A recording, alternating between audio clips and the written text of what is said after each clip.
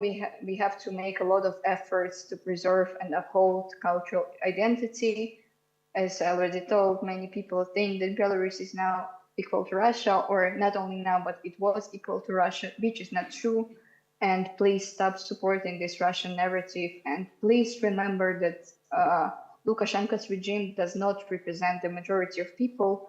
Lukashenko's regime, especially in 2020, falsificated the elections, and it was proven that the elections were not fair, and the legal representative of our country now is Svetlana Tikhanovskaya. And the last slide I wanted to share with you is a website on how to support the repressed Belarusians. You can use this QR code, or just click the link, or just go by this link. And you can see there are a lot of personal stories of Belarusians who had to escape or who are still in Belarus, and they need your support. Please go and donate. And that's it about me and about my presentation. Thank you. Thank you very much, Polina. And please stay with us for the rest of the discussion. And now we move to the last but not least voice. I'm really curious, Joanna, about your perspective, which will be probably very different from this very grassroots, community-oriented educational work. What peace building means from your perspective, and what are your experiences here? So I'm going to start by telling you that I have many personalities. I mean, without the disorder, but they are pretty coherent, all my personalities. And I'm sharing this because I think it's super important to understand that in mediation and dialogue facilitation, you need principles such as creativity, such as flexibility, such as being able to adapt, being able to follow certain rules and work within certain framework, but also you need to be super flexible. And I'm telling you about this kind of different principles because, as you probably know, most of the mediation, traditional mediation and dialogue facilitation actors are international organizations. And I think that many of them are not really fit for purpose anymore. International organizations are not flexible enough and not adaptable enough for the contemporary conflict challenges in the world. And I'm sure you can see now, you can see so many conflicts. Apparently today we have around 55 ongoing conflicts in the world, which is the highest ever in the history of the world. And you have so many organizations such as UN, OSCE, Council of Europe, that are built to actually help with conflict solution and having measures and huge departments of people dealing with conflict resolution and peace building. And we're still unable to kind of work on it successfully. So I have this observation, as I said, and you know I said that I'm new to the kind of peace building and mediation and dialogue facilitation area, that we have to changed completely the way we are actually building peace and we are working with peace. And you could hear here a lot of different perspectives on how we actually should work on it when it comes to education, inclusiveness, and so on. And I want to present you another perspective of the new actor on this mediation and dialogue facilitation area. So the European Parliament that has started to work in this field only 8 years ago, starting with Ukraine, and now we are working on many other countries of the Eastern neighborhood and Western and Balkans in general. So we have many countries that we cover in the European Parliament. And parliaments are very new actors in area of mediation and kind of peace building, because normally parliamentarians and parliaments were kind of excluded from the traditional way of doing peace mediation. You have actors that are international institutions, you have mostly governments, so you have people that are working on the diplomatic level, embassies, ambassadors, so you have ministers, prime ministers. If you see who got Nobel Prize for Peace before for many years, that usually are big personalities in governments, not necessarily parliamentarians or people that are working in the parliaments.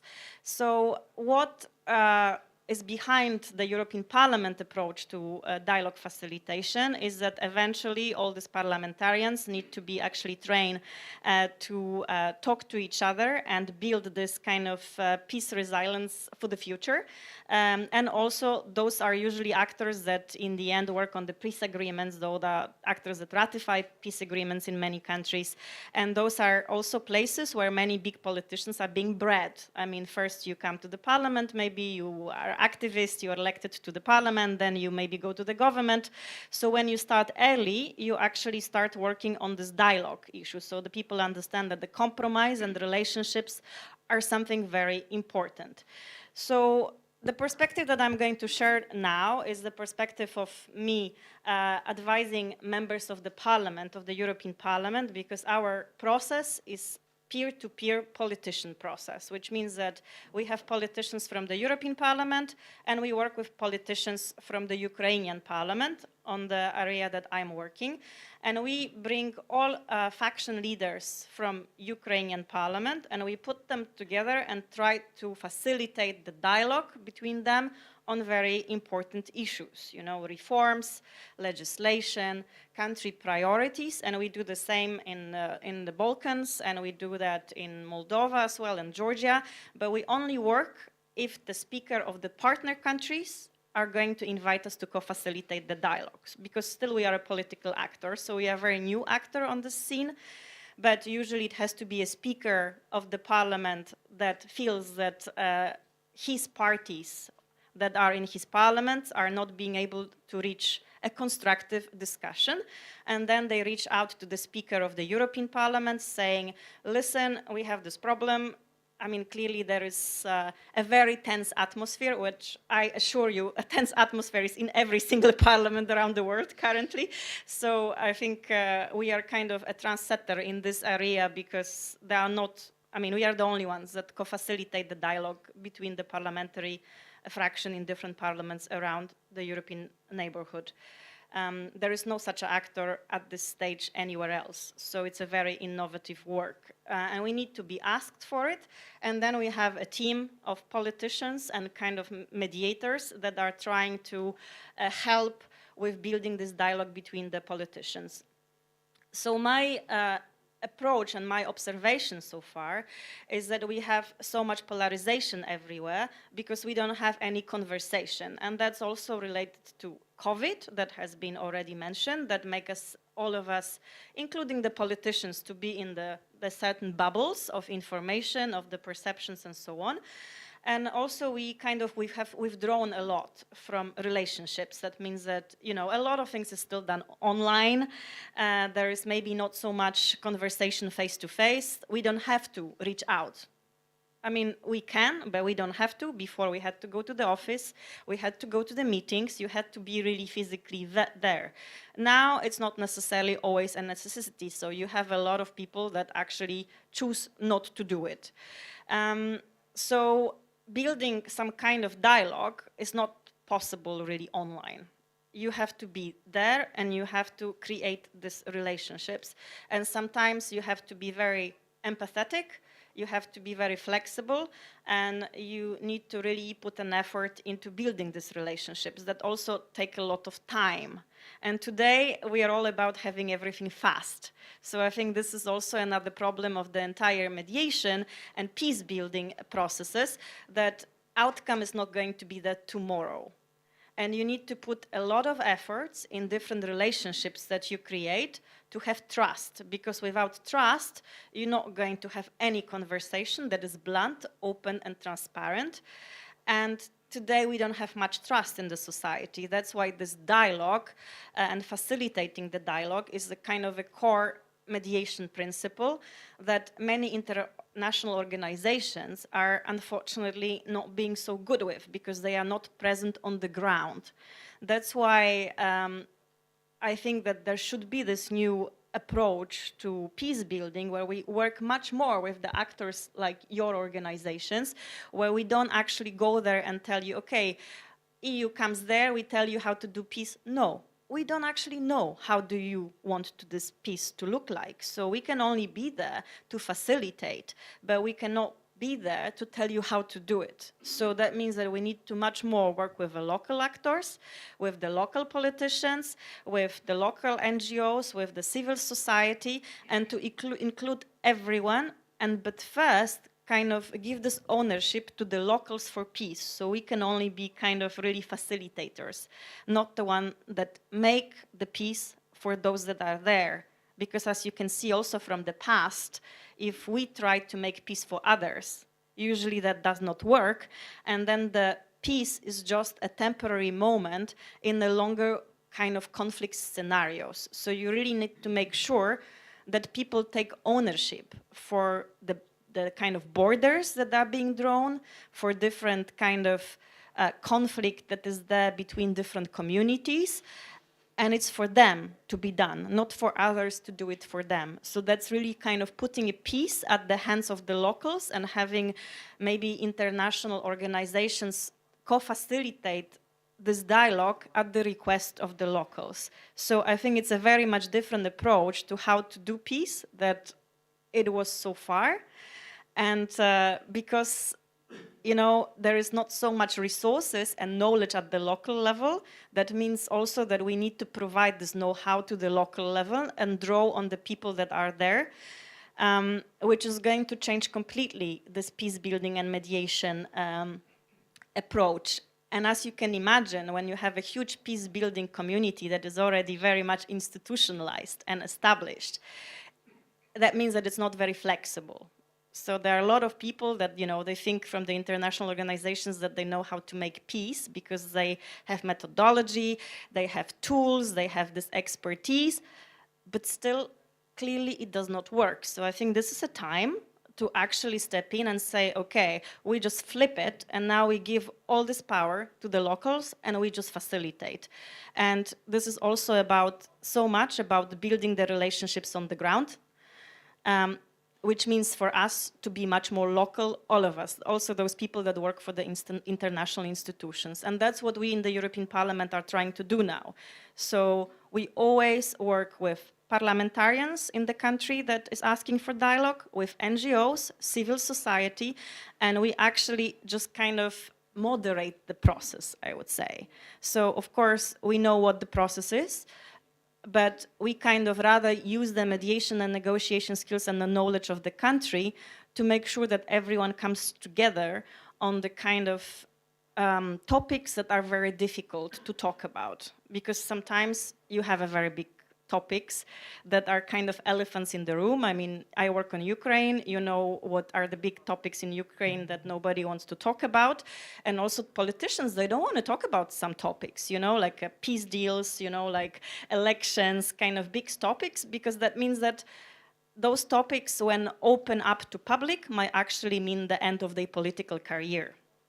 So politicians don't want to open this Pandora box, and providing a safe space to politicians and build this trust between themselves so they can at least start talking what it means for all of them and how they will try to approach this topic is a huge step forward of trying to, have at least the conversation, which might spill over to some decisions amongst them. But that means that we are not there during this conversation. We just facilitated it. And this is really a complete change from kind of egocentric type of making mediation and peace from the international institution to actually community-based, which is also a very green approach, actually. And I think then as Greens, we should really make sure that we kind of promote this topic so much because it's so much more about the communities rather than about kind of promoting someone's agenda, because agenda should be local, and so should be the process and decisions. And this is what we're trying to do, and this, I would say, it's very innovative, but still we need more actors like mine to actually move this conversation forward. Thank you so much. that was actually very inspiring and good to hear about this shift in thinking. Because even, you know, meeting for discussing this panel, for us, I think it was a novum that for the peace building panel, you know, social activists and cultural workers were invited, you know. So to hear that the changes are coming from that side also, it's really important. So this first round was designed to give you an overview. And before I will hand this discussion over to you, I just wanted to do one more really quick round, and I think Jana already started that. It's about problematizing a bit the field and asking ourselves about the biggest challenges for us now. And what you outlined, the need of interpersonal reactions, the sensitivity towards thinking about peace process in long term and not being afraid saying that it will take time. Bringing it back to the local level are, I would say, the three most important things, but I would really like to hear also from you. So Branka, if you can take over now. So the biggest challenges kind of meet the dreams. Right. I think it's... Utopia cannot function without them. Let's go back to basics. So to make it very brief, when it comes to the issues of 1990s, specifically in Croatia, Croatia has had a very specific identities during the war. So it had the defending, Croatian state had a defending role, but was aggressive towards Bosnia and Herzegovina as well. And this type of legacy makes the issues of dealing with the past quite complex when it comes to the Croatian politicians and Croatian state and the public policies that have been made and they are made currently in Croatia. But one of the biggest challenges is how to make European Union leaders and how to make European Union to be more to understand the relevance of the peace building processes in the Western Balkans as very relevant for the European Union as a whole. I mean, when Croatia says the European Union, currently we are, Senada was also saying something about that during the previous panel. Croatia is European Union member now for 10 years, and the neighboring countries are either in a session period or definitely are currently not the members of the European Union, and that brought the reality in the Western Balkans, which looks as in a very separated way. So the European membership in the European Union didn't bring to the peace to the Western Balkans, and the European Union doesn't recognize the relevance of the maintaining and creating peace, which is not just in the context of absence of war, in the Western Balkan region as a whole, because you have to know that reconciliation processes, having in mind what I have just mentioned about double identity of Croatia in the Western Balkans, cannot be achieved without Croatia being included. So our experience, Western Balkans experience, if Croatia took it more seriously and brought it as such on the table of the European Union, would be, I am quite sure, valuable for Ukraine currently. So I think the Croatia lost the chance, maybe not if we think about the future, not like in a definite manner, but didn't use these 10 years to bring the peace building processes in the Western Balkans as a main issue of building peace in European Union. But what is, in that sense, a dream that Europe, as some of the panelists talked previously, recognize the post-Yugoslav history as a common European history. And in that sense, I think some of the policies that are made in the European Union, how European Union perceives peace building now in the context of the war in Ukraine and in Gaza and in Middle East would be, I think, and I believe, understood in a kind of different manner if Croatia used experience of the war within the European Union on a more braver, if I may say, like that, in that way. So yeah, that are some of the maybe the biggest challenges when it comes to the issues of peace building and the legacy of the past in Croatia in relations to the European Union. Thank you. Non?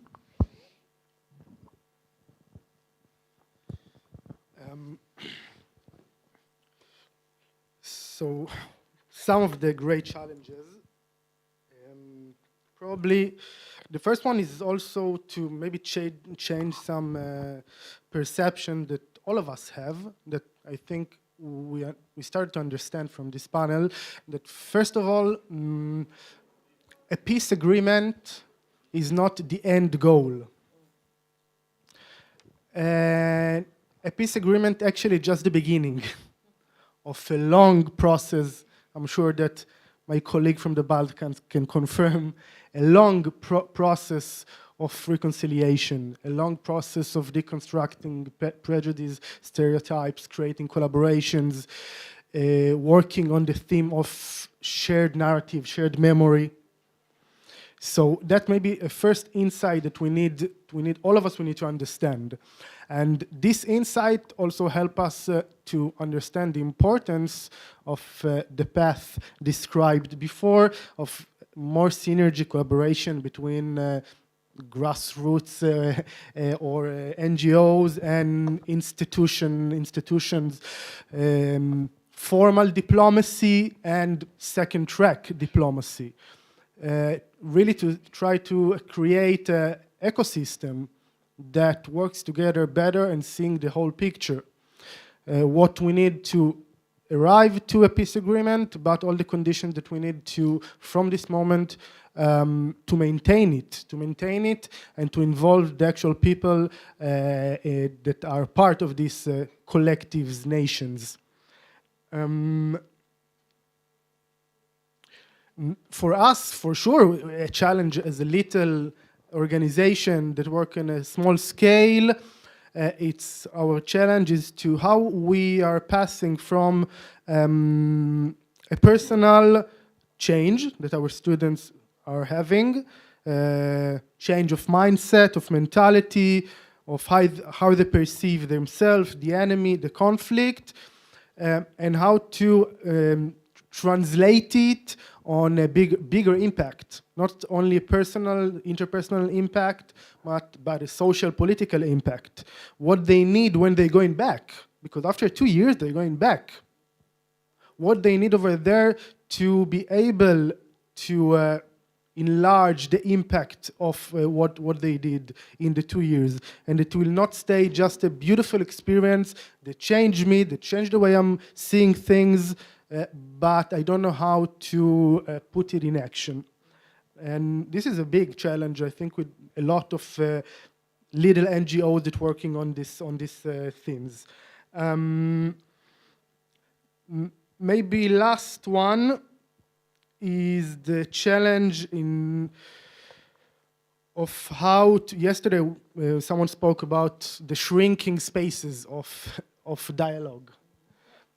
And especially in this historical moment of very tragic, big armed conflicts, how we can maintain these spaces, how we can protect them, how we can protect, excuse me for the metaphor, but to protect this little light in really a period of great darkness. I don't know if you understood or something. I'm Israeli. and I'm an ex-participant of the World House Program of Rondine. So also lived this experience on myself, and then I decided to become a part of the organization. And it's a question I'm asking myself inside the organization. How can we keep the light on, the hope for a better future in these terrible times? And I don't have the answer. Maybe a part of the answer is the role of the third parties, of countries, institutions that are not involved directly in the armed conflict. Maybe their role today is exactly that, to not contribute to more hate, more polarization, but to maintain the spaces and ensure that when the fire will cease, there will be these places that people can come and start to rebuild relationship, rebuild dialogue, and rebuild some kind of better future. Thank you so much for that. I think it's very important to have these points of references, because I believe that dialogue never starts from the scratch. It's about rebuilding. So if you have spaces, people, surroundings that are dedicated to that, there is hope. Paulina, would you like to share your challenges from the perspective of the activist on exile, striving to maintain the civil society? What's your focus, biggest challenges for now? Yeah, of course. I think I mentioned some of the challenges that we face already in my presentation, but of course, maybe I would like to go deeper here, because, for example, in 2020, when the mass protests started in Belarus and the repressions worsened, I think European Union didn't actually pay enough attention to what's happening in our country. Of course, we had attention, but you know, many things that happened after, it's also due to Europeans' inaction regarding Belarus. For example, I think that sanctions could start working earlier than the full-scale invasion of Ukraine started. I think many things like people from Belarus, activists, were basically shouting, were asking a lot to do things, to do some action, but European Union, European countries did not hear. And only when the full-scale Russian invasion of Ukraine started, they started to pay attention to Belarus, but not to Belarusian activists, but due to the fact that we have a regime, and again, due to the fact that the regime supports Russia, and sometimes they probably behave like everyone supports Putin and Russia and Belarus, which is, as I already mentioned, not true. And for now, I see that many things are actually connected to to each country of a European Union. For example, for the countries on the east, we can see on the east of European Union, like Lithuania, Latvia, maybe Poland in some parts, we see that they are we see a lot of rhetorics that, oh, Belarus is dangerous and people from Belarus are dangerous, and especially in Lithuania, since they have, I think they have elections coming soon, and they're trying to leave the majority of Lithuanian citizens with them, and they try to say that, oh, maybe we need to stop supporting Belarusians because they are dangerous, although they're only in Vilnius there are around 50,000 of people, Belarusian people living there. And I see that it's really, really anxious for us, because if these countries are not supporting us, then we don't basically have anywhere to go. And for Western Europe, we see that Western Europe just kind of doesn't care. I'm sorry to say that, but It's not only about Belarusian situation, it's also about Ukraine and the war there. We see that these countries are like standing for peace, not knowing that peace now is like is not being without like military. It's also supporting in a like military way. I mean Ukraine, of course. And for other countries, also like many Belarusians, for example, left to Georgia, and in Georgia it's also really, really tricky since they have elections next year, and now like Georgia is not in the European Union, and many Belarusians here are not safe because of the documents, because of legal situation. It's really hard to get legal permit to stay here for long, like residence permit or something like that. Of course, Belarusians can stay. I mean, sorry, I'm now actually from Georgia, and I spend here a lot of time also, and I'm telling here because I'm here. And yeah, it's really, really hard for Belarusians to be here because as I mentioned, it's impossible to get residence permit, and we can, with usual Belarusian passport, we can stay here for up to 1 year, but without any legal documentation, and anytime Belarusians can be just thrown away, let's say. Polina, And another- I'm sorry to interrupt you, but we really want to open the discussion also for the questions. So maybe we can save that for the questions from the audience, if you don't mind. Yeah. Can I, one really important thing that we have now, which is really important, that happened maybe a few months ago, that Belarusian regime just canceled issuance of Belarusian passports abroad, and now Belarusians who left the country, they can't ask for a new passport if they are living abroad. They have to go to Belarus, and this is really dangerous for them because many people are being persecuted, and if they go to Belarus, they will get imprisoned. So yeah, I think Europe also have to face this and have to recognize this as a really huge problem, and do something for Belarusians to legally prove themselves, let's say. Thank you. Thank you so much for your voice. So now up to you. Please ask questions. Thank you very much. Hi. So one question/intervention I might have, working with young people in Croatia, but also in Europe, there's more and more activists, which is really great. But there's also the other half of the young people who are maybe out of the anxiety, maybe out of the culture around them, are leaning more towards conservative right-wing ideas. And do you see maybe that as a threat to both the Green Movement, but also the peace-building initiatives? Because there's now more and more young people, I see it on TikTok, just, you know, taking sides, preaching for the war.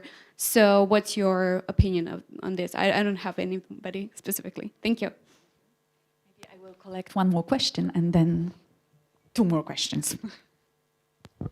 Okay, so proceeding with the topic of the local context, it's really crucial to stress that there are no universal recipes for solution of the war and as well as for transitional justice. For example, Gacaca courts, grass courts in Rwanda worked only there for good, but for example, in Ukrainian context, it is impossible now to talk about any reconciliation. Our wounds are still very fresh, and peace will mean defeat for us, and that's it.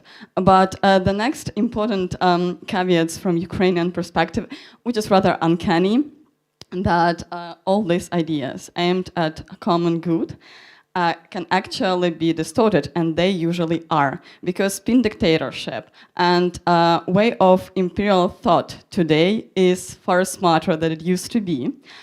So they pretend to be democracies, and they distort the concept of democracy itself, and especially the concept of the rule of law and human rights, because as much as the concept of enemy, the whole concept of the rule of law can also be deconstructed, and it is. Actually, in 1930s and 1940s, the dictatorships, the authoritarian regimes were based on the works of legal scholars, such as Carl Schmitt, for example, or Hans Kelsen. And actually, these ideas were good for Weimar Republic, but they were not good for a Hitler regime. So my question is how to deal with it, especially on grassroots level, because of course fact checkers in Ukraine, for example, are well equipped with a lot of different tools, but democracy is about majority. It is not about educated minority. So how to spread these ideas of critical thinking? Thank you.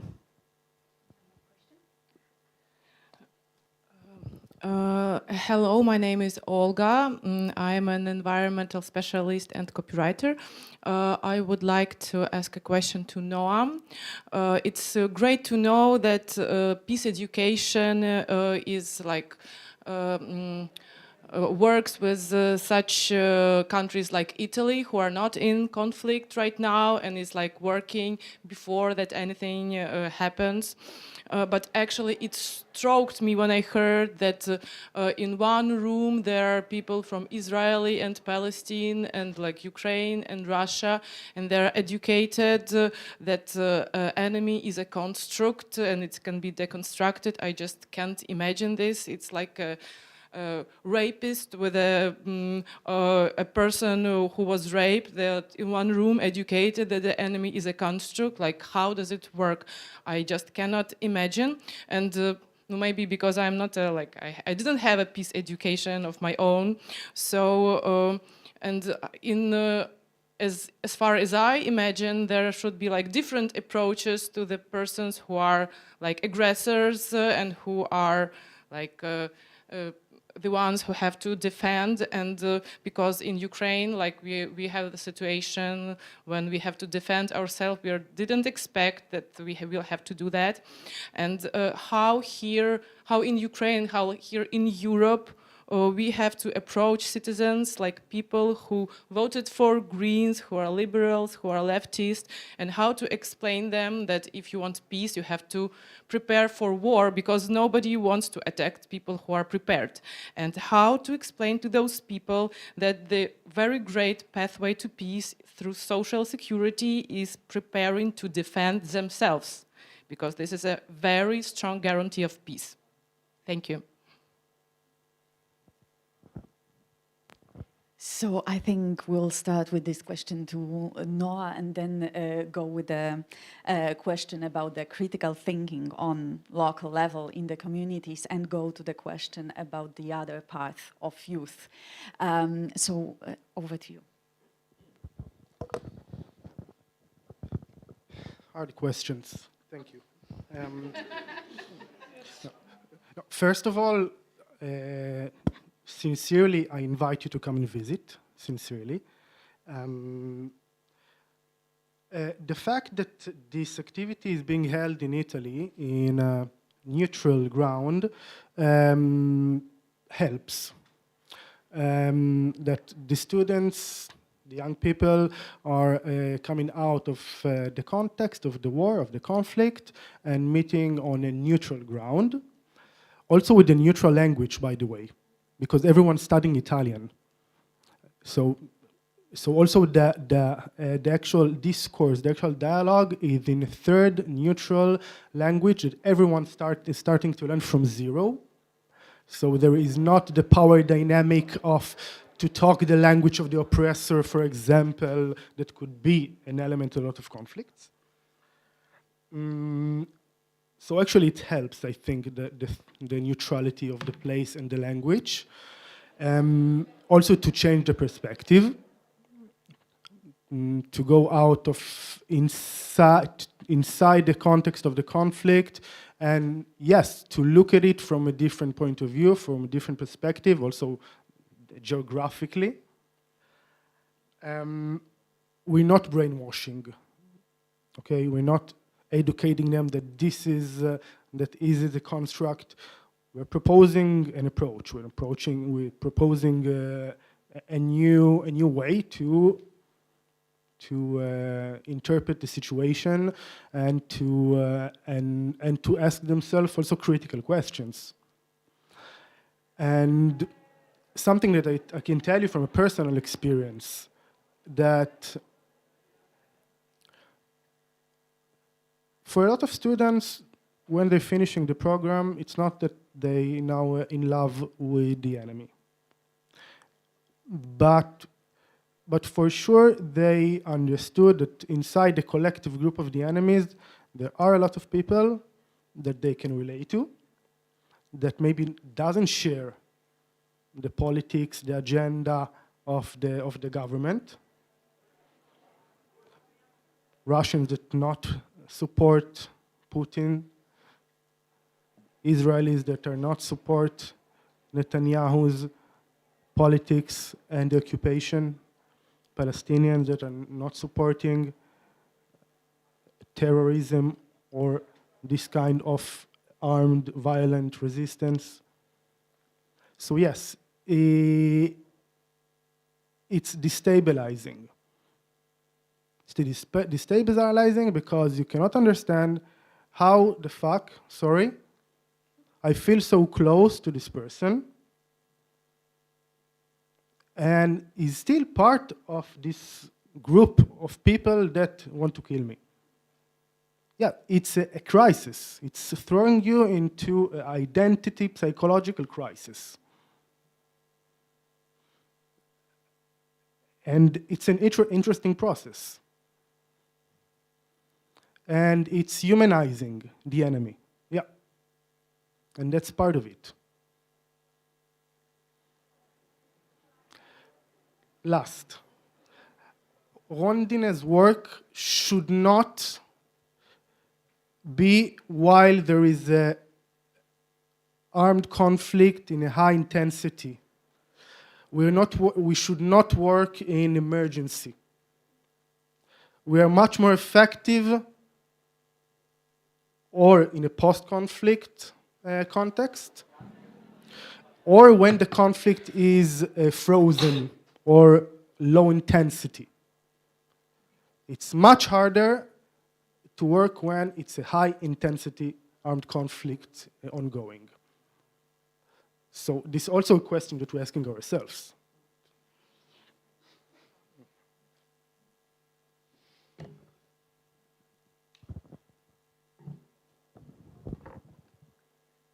Thank you for making it super complicated.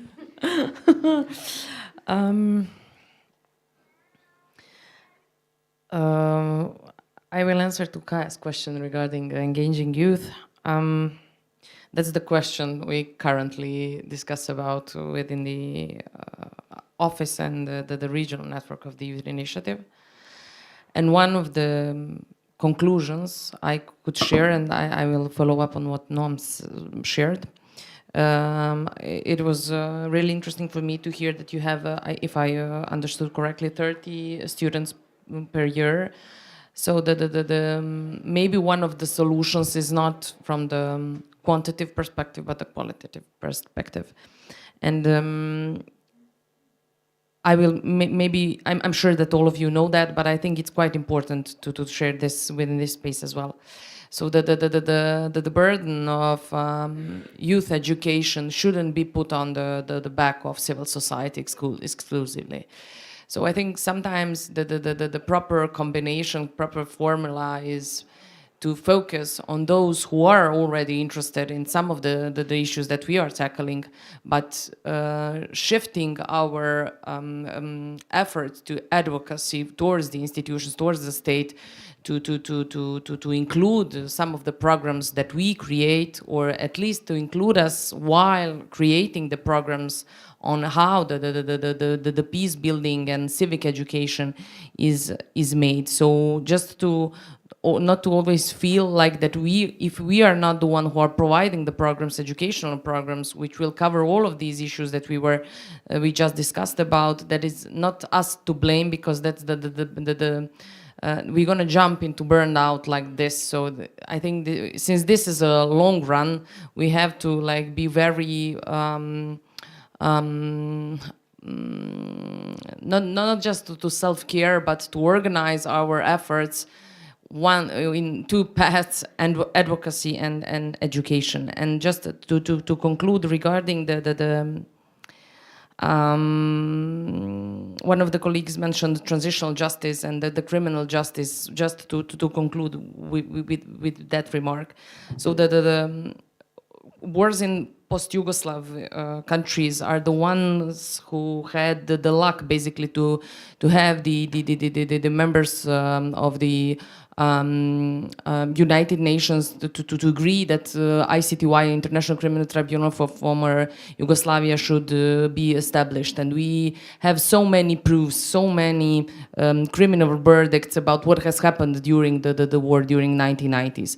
But the courts, and I'm a lawyer, and I'm quite eager to say that the law and the criminal justice cannot bring peace to the societies, and cannot bring the reconciliation to the society. So the courts can establish the facts, and how the facts are going to be used for the social development and for the reconciliation is lays on the back of society and institutions. So that is, I think, very, very relevant. And the final point is that when we arrange programs for youth from Croatia and Serbia, one of the most relevant, I would say, the aspects of our educational work is that we are very concrete in explaining how to make the difference between individual guilt, individual responsibility, and not blaming the whole nation, the whole community, the whole society for what has happened during the war. Because if the whole society, if all Serbs are to blame because of what has happened in Croatia during 1991, and today is very important date, we are commemorating the victims of Vukovar, then we have no space to move forward. If we blame whole nation, all Russians, all Serbs, for what is happening currently and what has happened in the wars during 1990s, then we cannot move. So the guilt lays on very concrete individuals, on very concrete group of peoples, and what is maybe more important, on very concrete ideological backgrounds and values that are cherished within those ideologies. And I think that is very, very important to make the difference between collectives, nations, societies, and individuals, and one who should be blamed for what is happening. Thank you. Thank you. Joanna? I wanted to answer maybe, or to relate to a question from my Ukrainian friends, that the biggest challenge of today peacemaking is the balance between empathy and time. This is a huge challenge, because in conflict, there are different stages. And unfortunately, all the conflicts pretty much have the same stages. So you have this stage, which is for you also a stage of rage, hate, super kind of revenge. And I would say that every conflict goes through this stage. And I think the challenge of the side of those that are not in this conflict is to be empathetic enough to understand all these emotions that people under conflict are undergoing, and to understand. And I think this is a huge challenge for many nations that are not directly involved, you know? So I think we kind of need to make this effort to understand the position and to feel the pain, because without feeling your pain, there is no healing or help in healing. And this is a very long process. This is the challenge of time. Unfortunately, it all takes very long time. From the moment where you have different actors in the dialogue, understanding that the conflict is coming, then through all the other stages of ongoing, through the conflict and then post-conflict, it's really, really, every step is very, very long. And as you can see in post-Yugoslavia, I mean, we're still going through the healing stage. And the problem with wars is that the moment that it's over, maybe you have some peace, maybe you have some arrangements, we kind of tend to forget about it because we just want to move on. It's the same with Ukraine now. A lot of people want to move on. There are a lot of, I mean, I understand perfectly that everyone wants to fight and there is, you know, like there is no peace without victory, but people are also tired. And there are many people that just want to move on. And this is going to be a huge challenge for Ukraine in next months to come.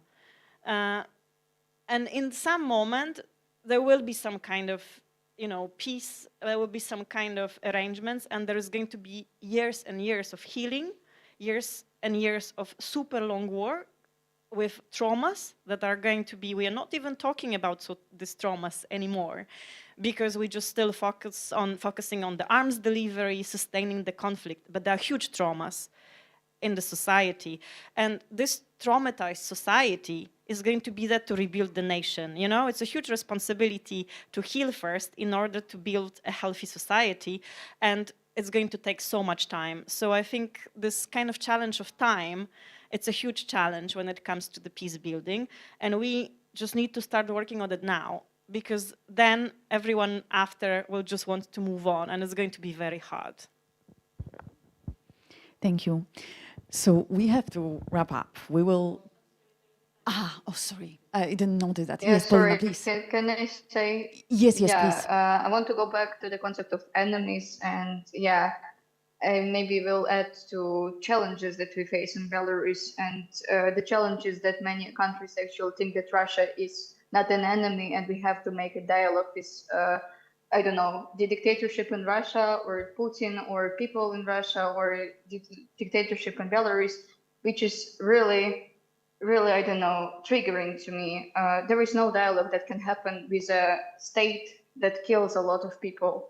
And not only in Ukraine, but in Belarus, in Georgia, in many other countries. And I just want you to remember this. And I want you to remember that the war in Ukraine started not in 2022, it started much earlier. And there is also not only war, it is a lot of, like, many years of, I don't know, like imperialism that was killing the culture, was killing their identities. Please remember this, and please don't ask people from Ukraine to make some sort of dialogue with Russia. Thank you. Thank you, Paulina. So I would like, first of all, to thank our panelists for this very interesting discussion. I hope that we will continue it.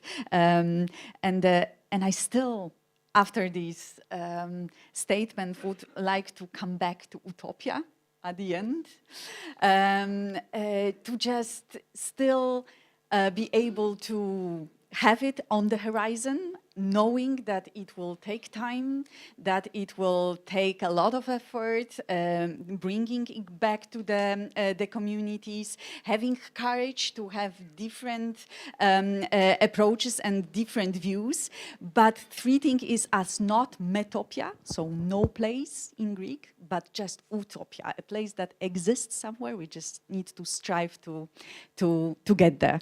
Thank you.